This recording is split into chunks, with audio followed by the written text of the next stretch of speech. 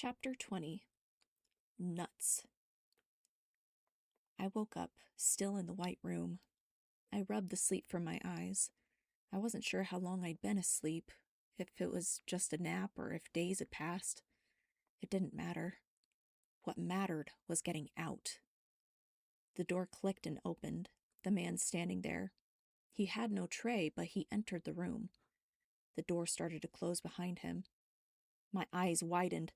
"The door!" I shouted and pointed to it. The man ignored me, continuing to walk, and the door closed, locking him in the room with me. He continued to approach.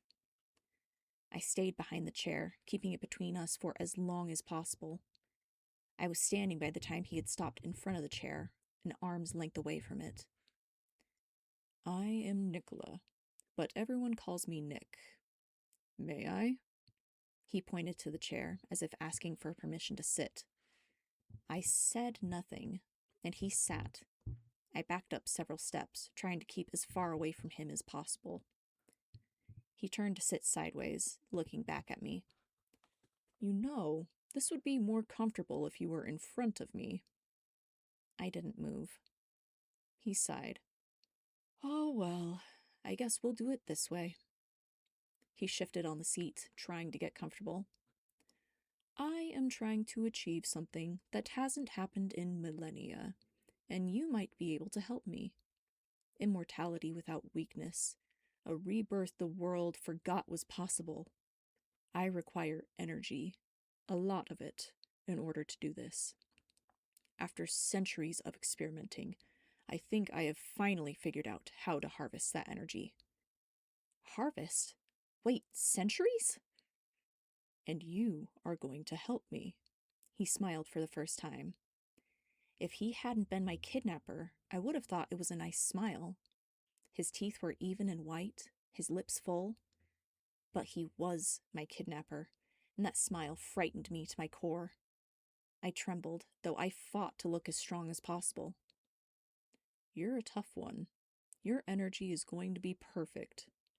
But for now," he stood, strolling around the chair and slowly walking towards me, "I require just a little bit of mana. You don't mind, do you?" Before I could say anything, he flew at me, one hand fisting in my hair to pull my head back, exposing my neck, the other around my waist, holding me to his body. His teeth gleamed as his canines elongated.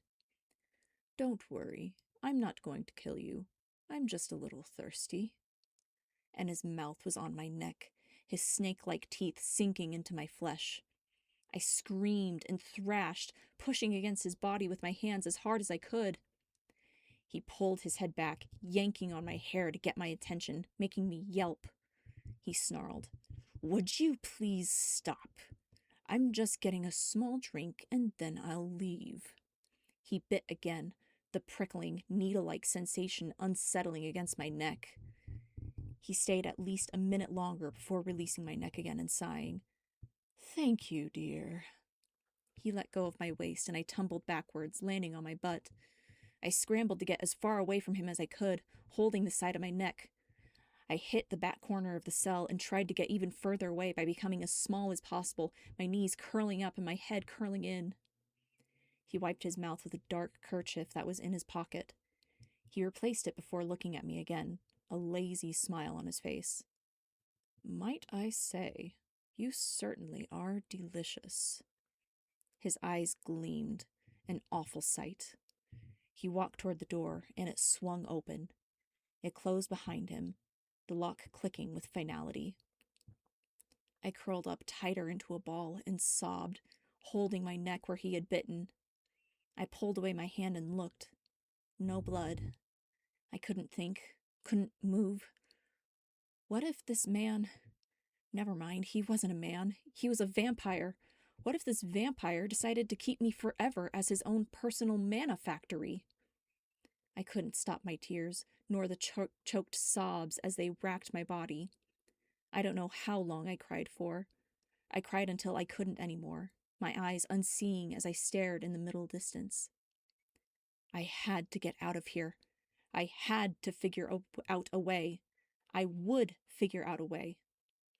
I crawled back over to the chair, my fingers worrying at the nut. Was it my imagination, or did it budge? Yes, it had!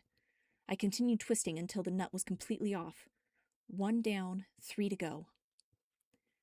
My fear began to move to anger as I gained momentum. I moved to the next one, hoping that it would also loosen enough for me to remove. I worked at the nut until my fingers couldn't grip anymore. My eyes felt as heavy as my body, everything slowing down. I wondered if it had anything to do with being a meal myself for that vamp, Nicola. I stumbled, falling forward and nearly landing on my face. I curled beside the chair, praying that the rest of the nuts would loosen so I could free the chair. Then I'd have something to fight with, or maybe defend with, at least. I'd try again later. Later. I woke up, groggy and cotton-mouthed. Beside the door was a glass of water and another tray of food. I drank the water but ignored the food, having no appetite at all. I still felt nauseous at the recent horrible memory.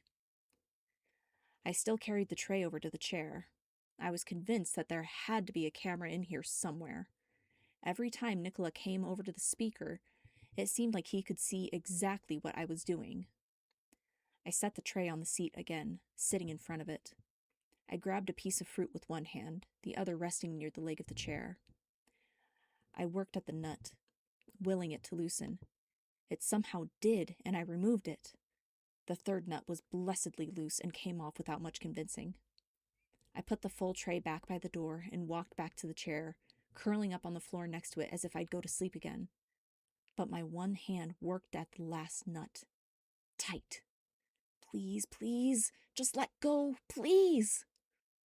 As if it could hear me, it began to loosen.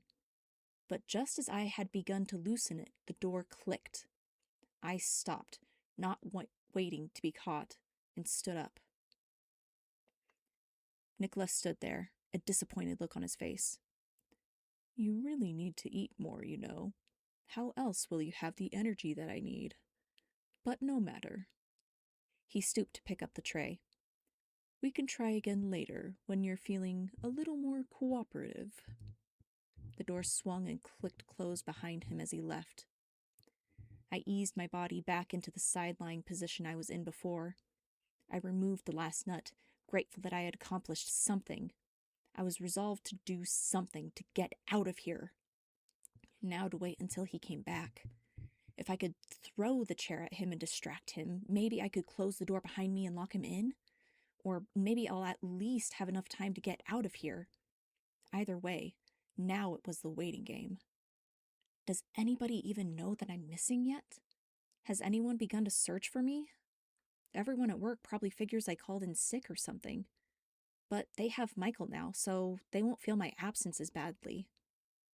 I didn't want to worry about whether or not someone noticed, but I did.